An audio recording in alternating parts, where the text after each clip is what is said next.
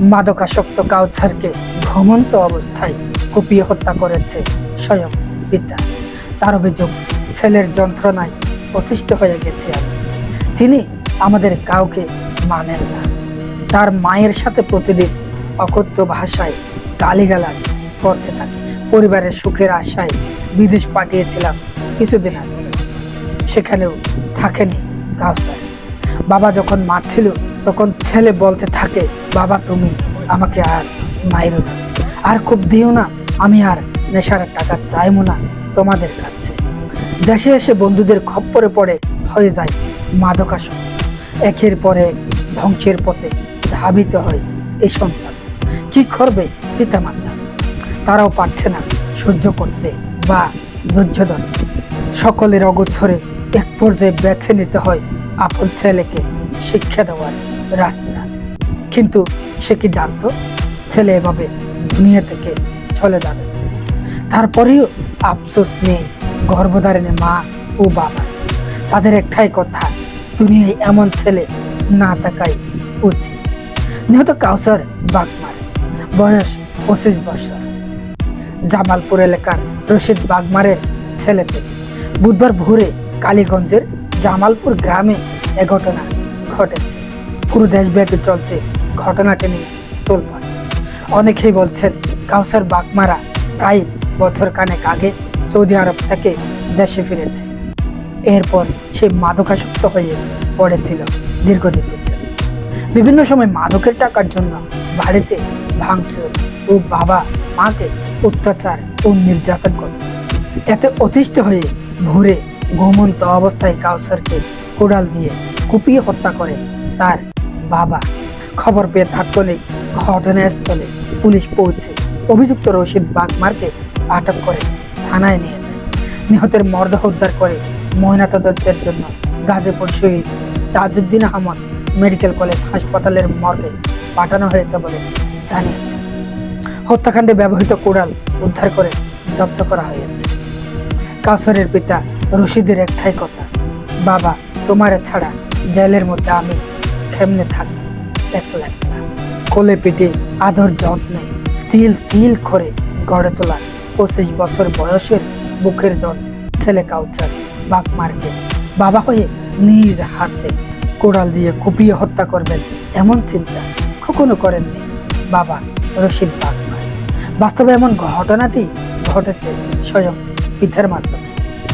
লেখাপড়া শেষে দেশে কোনো চাকরি বাকরি না পেয়ে সৌদি পাড়ি জমান কাউসার বাগমার। বছর খানেক আগে দেশে ফিরে আসে কাউসার। দেশে এসে শুরু হয় বেকার জীবনযাপন। এক পর্যায়ে মাদক সেবীদের পাল্লায় পড়ে মাদকাসক্ত হয়ে পড়ে কাউসার। বেকার জীবনে মাদকের টাকা জোগাড় করতে না পেরে মা বাবার শরণাপন্ন হয় কাউসার। মাদক সেবনের কাঙ্ক্ষিত পরিমাণ টাকা চেয়ে না পেয়ে মা বাবার সাথে প্রায়ই ঝগড়াঝাটি করত কাউসার। মা বাবার নেশার টাকা জোগাড় করতে অবশিষ্ট আর কিছুই ছিল না তাদের হাতে। মাদকের টাকার জন্য বাড়িতে ভাঙচুর ও মা বাবাকে অত্যাচার ও নির্যাতন করা শুরু করে দেয় কাউসার। মাদকের টাকার জন্য বাবার নামে থাকা 2 কাঠা জমি বিক্রি করে নেশার জন্য টাকা দিতে বলে ছেলে কাউসার বাগমার। নিহতের বড় ভাই আশরাফুল বলেন, কাউসার সারা রাত নেশার ঘুরে বাড়ির বাইরে থাকতো, মাদক সেবন করত প্রতিনিয়ত। কোনোভাবেই মাদক থেকে ফেরানো যাচ্ছিল না কাউসারকে। মাদকের জন্য সবসময় মা বাবার কাছে টাকা চাইত। টাকা না দিলে বাড়িতে ভাঙচুর ও মা বাবাকে গালিগালাজ করত। কাউসারের এমন পরিস্থিতিতে অতিষ্ঠ হয়ে পড়ে পুরো পরিবার। জমি বিক্রি করে নেশার টাকা না দিলে বাবা মাকে হত্যার হুমকিও দিয়ে যায় ছেলে।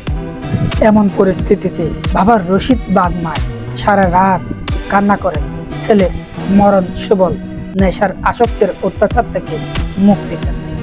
ভোর রাতে বাবার পাশের রুমে গভীর ঘুমে ছেলে কাউসার।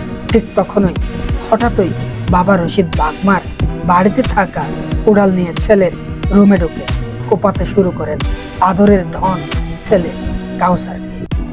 বাবার এমন কোপানিতে ছেলে বলতে থাকে, বাবা তুমি আমারে আর মাইরো না, আর কূপ দিও না, আমি আর নেশার টাকা চাইবো না তোমাগো কাছ থেকে। ছেলের আর্তনাদের এমন চিৎকারে ছেলের উপর বাবার কুড়াল দিয়ে কুফানি থেমে যায় মুহূর্তে। রক্তাক্ত ছেলেকে আপন করে কোলে জড়িয়ে ধরে হাও মাও করে কান্না করতে থাকেন বাবা নামের মানুষটি। প্রিয় দর্শক, ঘটনাটি খুবই বেদনাদায়ক। তারপরেও বাবা মার কোনো আফসোস নেই। কাঁদতে থাকেন আর বলতে থাকেন, বাবা তুই আমার আদরের ধন, কলিজার মানিক। ততক্ষণে ছেলের মৃতর দেহটি বাবার কোলে ঘুমিয়ে পড়েছে চিরদিনের জন্য। আর ফিরে আসবে না এই দুনিয়ায়, চলে গেছে ওপারে। কিন্তু কি হবে? আশপাশ থেকে ছুটে আসা মানুষজন ছেলে হত্যাকারী বাবাকে বলতে থাকেন, আপনি পালিয়ে যান, পুলিশ আসবে, আপনাকে ধরে নিয়ে যাবে, আপনার ফাঁসি হবে। কারোর কথাই শোনেন না বাবা। বাবা বলছেন, আমার ছেলেকে আমি অনেক ভালোবাসি, আমার বুকের ধনকে ছেড়ে আমি কোথায় যাব? আমার আর বেঁচে থাকে লাভ নাই। ছেলের লাশের কাছে বসে বাবার এমন কান্নায় আশপাশের মানুষজনের চোখের পানি ছল ছল করছে। মহিলারা আঁচল দিয়ে চুপ মুছছেন বারবার। কিন্তু কি করা যায়? করার কিছুই নেই। যাই হবার তাই হয়ে গেছে। প্রিয় দর্শক, গল্পের মতো লাগলেও এটি কিন্তু গল্প নয়। কথাগুলো গল্পের মতো শোনা গেলেও এটি বাস্তব একটি ঘটনা। দেশে বিদেশে সকলেই এই ঘটনা নিয়ে অবগত আছে। এমন সময় পুলিশ হাজির। ছেলের মৃত্যু শোকে বাবা হাও মাও করে বলতে লাগলেন, আমি আমার পোলারে মাইরে ফেলাইছি, নেশার টাকা জোগাড় কইরা দিতে না পারাই আমারে জেলে দেন, ফাঁসি দেন, আমারে থানায় লইয়া যান। ঘটনাস্থল থেকে রক্তমাখা কুড়ালটি জব্দ করেছে পুলিশ।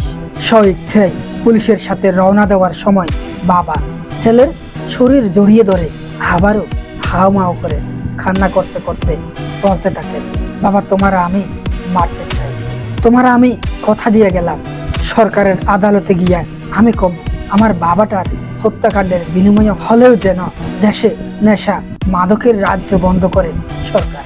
বাবা আমার খুব কষ্ট লাগতেছে, বাবা আমার বুকটা ছিঁড়ে যাইতেছে তোমার লইয়া, তোমারে কই পামো আমি বাবা, তোমারে ছাড়া আমি জেলের মধ্যে কেমনে থাকবো একলা একলা। পুলিশের গাড়িতে উঠতে উঠতে বাবার এমন সব কথা আর দুই চোখ ভরা কান্নায় কেঁদেছেন উপস্থিত সবাই। আমরা সবাই মাদককে না বলি, মাদক মুক্ত সমাজ করি। মাদক এমন এক জিনিস, কাউসারের মতো উঠতি বয়সী যুব সমাজ ধ্বংস করতে এক মিনিটও সময় নেয় না। মুহূর্তেই পাল্টে যেতে পারে জীবনের সমস্ত পরিকল্পনা, যেমনটি হয়েছে কাউসারের জীবন। তিনি কি কোনোদিন ভেবেছিলেন এভাবে তার মৃত্যু হবে? তারপরও হয়তো খোদা তাআলা কাউসারের হায়াত এ পর্যন্তই লিখে রেখেছিলেন। আমাদের প্রত্যেকের উচিত পরিবার সুন্দর বা সুস্থ রাখতে এমন কোনো কাজ করব না যা এমন বর্বরতার মতো সিদ্ধান্ত বেছে নিতে হয়। রশিদ বাগমারের 3 ছেলে ও 1 মেয়ে, এর মধ্যে কাউসার ছোট ছেলে, বড় ছেলে সিঙ্গাপুর ফেরত।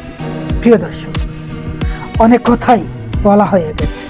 আপনাদের সকলের উদ্দেশ্যে যে কথাগুলো আজ উপস্থাপন করেছে প্রতিটি কথাই যেন সেই রশিদ বাগমারের নিজস্ব কথা। আমরা হুজুগে বাঙালি, আমরা কারো কথা পাত্তা দিই না, শুনে না, বোঝার চেষ্টাও করি না। যারা সোশ্যাল মিডিয়া দেখাশোনা করেন, আমরা সকলেই হয়তো দেখে না দেখে কমেন্ট করি, বাজে কমেন্ট করি, ভুল কমেন্ট করি, পুরো ঘটনাগুলো না দেখে অনেকেই কমেন্ট করি। এর থেকে বিরত থাকা আমাদেরও উচিত, কারণ এরকম কোনো ঘটনা থেকেও অনেক দুর্ঘটনা ঘটতে পারে। একটি প্রাণ হারিয়ে যাওয়া মানে একটি পরিবারে কি রকম অশান্তি, অভাব, অনটন, ভালোবাসা হারিয়ে যায় সেটি সেই পরিবারই বোঝে। সন্তানরা যতই অপরাধী হোক, সন্তান তো সন্তান, কিন্তু বাধ্য হয়ে এই কাজটি করতে হয়েছে তাকে। তিনি আর হজম করতে পারেননি তার নিজ সন্তানকে, বাধ্য হয়ে এভাবেই কোড়াল দিয়ে কোপাতে হয়েছে সন্তান কাউসারকে। এর থেকে কি আমরা শিক্ষা নিতে পারি না? আমাদের সমাজ কি পাল্টে দিতে পারি না, বদলে দিতে পারি না? প্রতিটি মা বাবা যদি এভাবে সন্তান সন্ততিদের উপর এভাবেই আক্রমণ করে, তাহলে প্রতিটি সন্তানই তো দুনিয়া থেকে বিদায় নেবে। তাহলে আমরা কেন ভালো হব না? আমাদের ভালো হওয়ার সময় তো আছে। আমরা এখনো পর্যন্ত ফুরিয়ে যাইনি, আমাদের পিতামাতাও বেঁচে আছে অনেকে। সকলের জন্য রইল ভালোবাসা এবং শুভকামনা। আমরা যেন কাউসারের মতো, আমাদের যেন কাউসারের মতো মৃত্যু না হয়। আল্লাহ হাফেজ।